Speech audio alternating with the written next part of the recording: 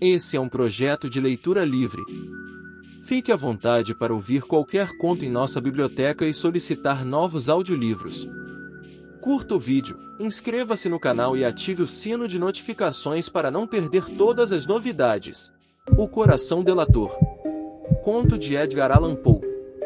Use fones de ouvido para uma melhor experiência. Sim. Sou muito nervoso, terrivelmente nervoso, mesmo.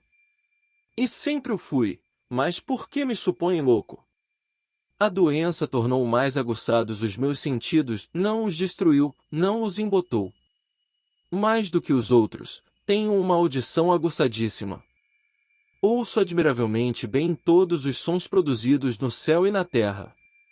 Tenho ouvido até muitas coisas do inferno. Como posso, pois, ser um louco? Atenção! Reparem bem com que perfeita lucidez, com que tranquilidade de espírito eu vou contar-lhes toda a história. Ser-me-ia completamente impossível dizer-lhes como primitivamente a ideia entrou no meu cérebro, mas, uma vez concebida, nunca mais me abandonou, noite e dia. Fim, não tinha algum. A paixão foi estranha ao caso, por completo. Eu estimava deveras o pobre velho, que nunca me fizera o menor mal, que nunca me insultara. Nem mesmo invejava o seu dinheiro. Creio que foi o seu olho. Sim, foi isso, de certo. Um dos olhos dele parecia os de um abutre, um olho azul claro, recoberto por uma película nevoenta. Cada vez que esse olho me fitava, sentia gelar-me o sangue, e assim, lentamente por graus muito gradualmente, introduziu-se na minha mente a ideia de arrancar a vida do velho, para, dessa forma, me livrar para sempre daquele olho. Agora, este é o ponto. Os senhores supõem-me louco. Os loucos não sabem de nada. Se me vissem, se vissem com que inteligência eu procedia, com que precaução, com que prudência, com quanta dissimulação eu metia as mãos à obra. Eu nunca fora mais solícito para o velho do que durante a semana inteira que precedeu o crime. E todas as noites, pela meia-noite, levantava o trinco da porta do quarto dele, e abria-a, tão devagarinho. E então, depois de suficientemente a entreabrir, introduzia no quarto uma lanterna de furta-fogo, fechada, hermeticamente fechada, que não deixava passar um mínimo raio de luz, em seguida metia a cabeça pela abertura. Se vissem teriam rido da destreza com que eu metia a cabeça. Movia-se lentamente, muito, muito lentamente, de maneira a não perturbar o sono do velho. Levei seguramente mais de 1 hora para meter a cabeça pela abertura, muito antes de poder vê-lo deitado no leito. Um louco seria, porventura, tão prudente? Depois, quando tinha a cabeça dentro do quarto, abri a lanterna com precaução, com que precaução? Porque o gonzo rangia. Abri então a lanterna de tal modo que o raio de luz fosse justamente incidir no olho de abutre. E fiz isto durante 7 longas noites, cada noite, à meia-noite, mas encontrei sempre o olho fechado, de molde a não poder, portanto, concluir o meu trabalho. Foi por isso que disse não odiar eu o velho, o que eu odiava era o seu olho maldito. E todas as manhãs, logo que o dia nascia, entrava ousadamente em seu quarto, falava-lhe corajosamente, tratando-o pelo seu nome num tom cordialíssimo, informando-me de como passar a noite. Bem vêem que ele seria possuidor de uma dissimulação rara se desconfiasse que, a cada noite, à meia-noite em ponto, eu o examinava enquanto dormia. Na 8ª noite fui ainda mais prudente, abri a porta com mais precaução. A minha mão não fazia mover a porta com mais rapidez do que se move um ponteiro de um relógio. Nunca, como nessa noite, senti tão perfeitamente o poder das minhas faculdades, da minha sagacidade. A custo continha as sensações que o triunfo produzia em mim. Pensar que eu estava ali, abrindo a porta pouco a pouco, sem que ele pudesse sonhar as minhas ações ou meus pensamentos secretos. Ao ter esta ideia não pude deixar de rir um pouco, abafadamente. Ele ouviu-me, talvez porque se voltou pesadamente no leito, como se tivesse acordando. Pensam por acaso que eu me retirei por isso? Não.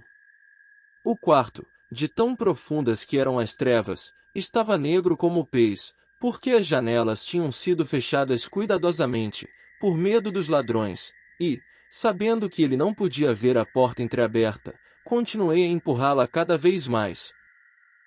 Eu já passara a cabeça pela abertura, e estava prestes a abrir a lanterna, quando o meu polegar resvalou pelo fecho de ferro, e o velho sentou-se no leito, gritando: "Quem está aí?" Eu fiquei completamente imóvel e não disse nada. Durante uma hora inteira não movi um só músculo, mas, também, durante esse tempo, não ouvi o velho deitar-se. Continuava, decerto, sentado na cama, de ouvido à escuta, justamente como eu fizera durante 7 noites inteiras, escutando o barulho que fazia o pêndulo do relógio de parede. Mas, de repente, ouvi um gemido fraco, que reconheci como o gemido resultante de um horror mortal. Não era o gemido de dor ou de pesar. Oh, não! Era o ruído surdo e sufocado que se desprende do fundo de uma alma apavorada. Conhecia bem aquele grito. Muitas noites, à meia-noite exata, quando todo mundo dormia, soltara-se de meu próprio peito um gemido igual àquele, excitando com o seu terrível eco os terrores que me atormentavam. Repito que conhecia aquele ruído. Calculava o que o pobre velho sentia, e eu tinha piedade dele, ainda que interiormente eu sorrisse comigo mesmo. Sabia que ele continuava acordado desde que se voltará no leito ao primeiro ruído que eu fizera. Desde então o seu pavor aumentara sempre de intensidade. Ele tentará persuadir-se de que não tinha razão para assustar-se, mas não pudera consegui-lo. Dissera a si mesmo: "Não foi nada, apenas o ruído do vento entrando pela chaminé, ou algum rato que atravessou o quarto, ou então, talvez um grilo que começou a cantar." Sim, sim, ele se esforçara por encorajar-se com estas hipóteses, mas tudo fora em vão. Tudo fora em vão porque a morte, que se aproximava, passava diante dele com a sua grande sombra negra, envolvendo, assim, aquela vítima. Era a influência fúnebre da sombra que ele não percebera, que lhe fazia sentir que apesar de nada ver nem ouvir, que lhe fazia sentir a minha cabeça no seu quarto. Depois de esperar por muito tempo, impacientemente, que ele se deitasse de novo, resolvi entreabrir um pouco a lanterna, mas muito pouco, quase nada. Entreabria-a com tanta cautela como dificilmente podem imaginar, até que por fim um pálido raio de luz, como um fio de teia de aranha, subiu da abertura, incidindo sobre o olho de abutre. O olho maldito estava aberto, muito aberto, o que me fez enfurecer logo que o fitei. Vi-o com uma perfeita nitidez, o azul claro coberto com o hediondo véu que me gelava o sangue nas veias, mas eu nada podia ver do rosto ou do corpo do velho, porque dirigia o raio de luz, como por instinto, sobre o ponto maldito. Em seguida eu não lhes disse que o que os senhores tomavam por loucura era uma grande penetração dos meus sentidos? Em seguida ouvi um outro ruído surdo, sufocado, contínuo, semelhante a um ruído que pode fazer o pêndulo de um relógio envolvido em algodão. Eu reconheci esse som. Era o bater do coração do velho. Esse som aumentou o meu furor como o rufar do tambor aumenta a coragem de um soldado.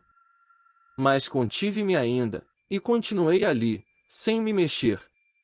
Somente respirava, conservando a lanterna imóvel para que o raio de luz saído dela continuasse a iluminar o olho maldito. Entretanto, o infernal bater do coração era cada vez mais forte, a cada instante mais precipitado. O terror do velho devia ser extremo. O bater o coração, eu disse, era cada vez mais forte, de instante para instante. Repararam bem em tudo que lhes disse? Então devem lembrar-se que lhes declarei ser excessivamente nervoso, e, com efeito, eu o sou. Portanto, em plena noite, no meio do silêncio terrível daquela casa, um tão estranho ruído fez com que se apossasse de mim um irremissível terror. Durante alguns minutos ainda, contive-me e continuei calmo. Mas o ruído era cada vez mais forte, sempre mais forte. Cheguei a supor, até, que o coração ia arrebentar. E então apoderou-se de mim uma nova angústia. O ruído poderia ser ouvido por algum vizinho. A hora do velho chegará, pois.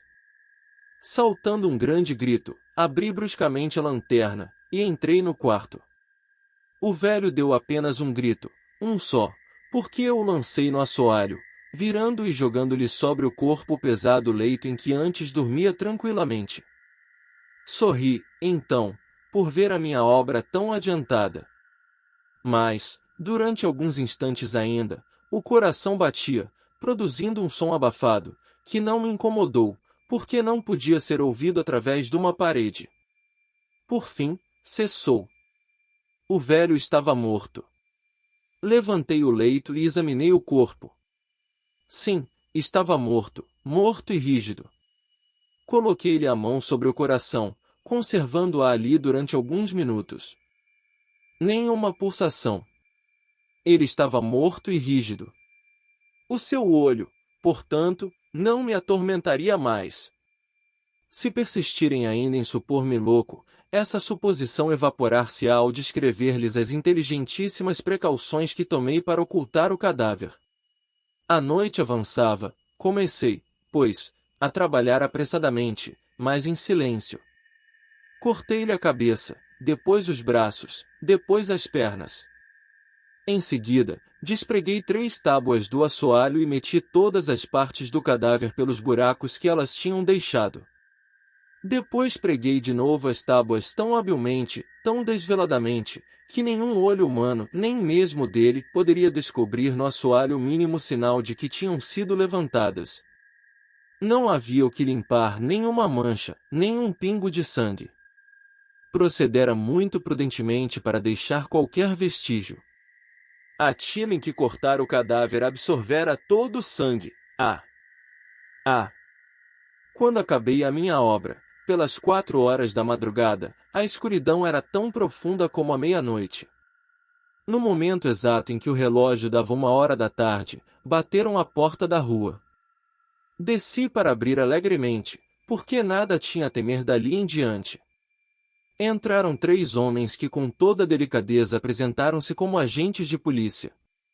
Um vizinho ouvirá um grito, na noite anterior, o que levantara a suspeitar de que um crime teria sido praticado.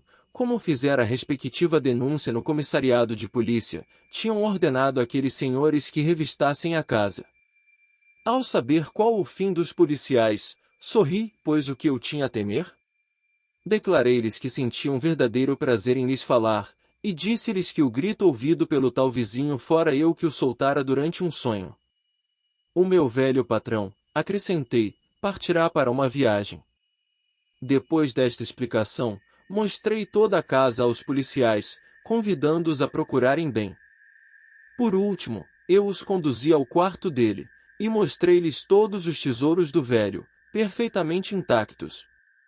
No entusiasmo de minha confiança, instei os policiais para que sentassem, para que descansassem um instante, e, com a louca audácia de um triunfo completo, puxei uma cadeira e sentei-me, depois de tê-la colocado exatamente sobre as tábuas que cobriam o corpo da vítima.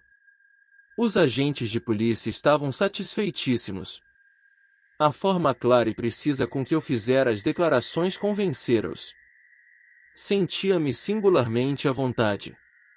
Sentaram-se e começaram a falar coisas triviais, às quais que eu respondi alegremente. Pouco depois, senti que empalidecia, e só pensei em me livrar deles. Senti insuportáveis dores de cabeça, e grandes badaladas nos ouvidos, mas os policiais continuavam sentados, sempre falando. As badaladas não acabavam e, pelo contrário, eram cada vez mais distintas. Comecei a falar mais alto para me livrar daquela sensação, mas as badaladas persistiam, tomando um caráter tão puramente definido que, por fim, percebi não se produzir sem os meus ouvidos. Eu estava muito pálido, sem dúvida, mas falava sempre, levantando a voz cada vez mais. O som aumentava sempre, o que eu podia fazer? Era um ruído surdo, sufocado, frequente, semelhante ao ruído que pode fazer o pêndulo de um relógio envolvido em algodão. Eu respirava a custo. Os policiais nada tinham ouvido. Conversei com mais verbosidade, com mais veemência, mas o ruído aumentava incessantemente. Levantei-me e comecei a questionar sobre ninharias, num diapasão elevadíssimo e com uma violenta gesticulação, mas o ruído aumentava, aumentava sempre. Por que eles não queriam ir embora? Eu passeava desesperadamente pelo quarto, a grandes passadas, batendo surdamente com os pés no chão, como que exasperado pelas observações de meus contraditores, mas o ruído crescia regularmente. Oh, Deus! O que podia eu fazer? Enraivecia-me, espumava, praguejava. Movia em todos os sentidos a cadeira em que de novo me sentara, fazendo-a render sobre o tabuado, mas o ruído aumentava sempre, crescia indefinidamente, tornava-se de instante para instante mais forte, sempre mais forte. E os policiais, sorrindo e palestrando, sempre prazenteiramente. Seria possível, porventura, que eles nada ouvissem? Deus onipotente! Não, não. Eles ouviam. Eles suspeitavam. Eles sabiam. Eles divertiam-se com o meu terror. Foi isto que supus, então. É isto que ainda hoje suponho. Nada mais intolerável para mim que aquela descarada zombaria. Não podia mais suportar aqueles sorrisos hipócritas. Senti que, para não morrer, precisava gritar. E agora ainda, não ouvem? Escutem. Mais alto. Sempre mais alto. Sempre mais alto, miseráveis. Gritei para os policiais. Não dissimulem por mais tempo. Confesso o crime. Arranquem essas tábuas. É aí que ele está. É aí. E esse som que ouvem ao bater do seu execrável coração. Obrigado por assistir. Até a próxima. Fique à vontade para continuar assistindo mais vídeos.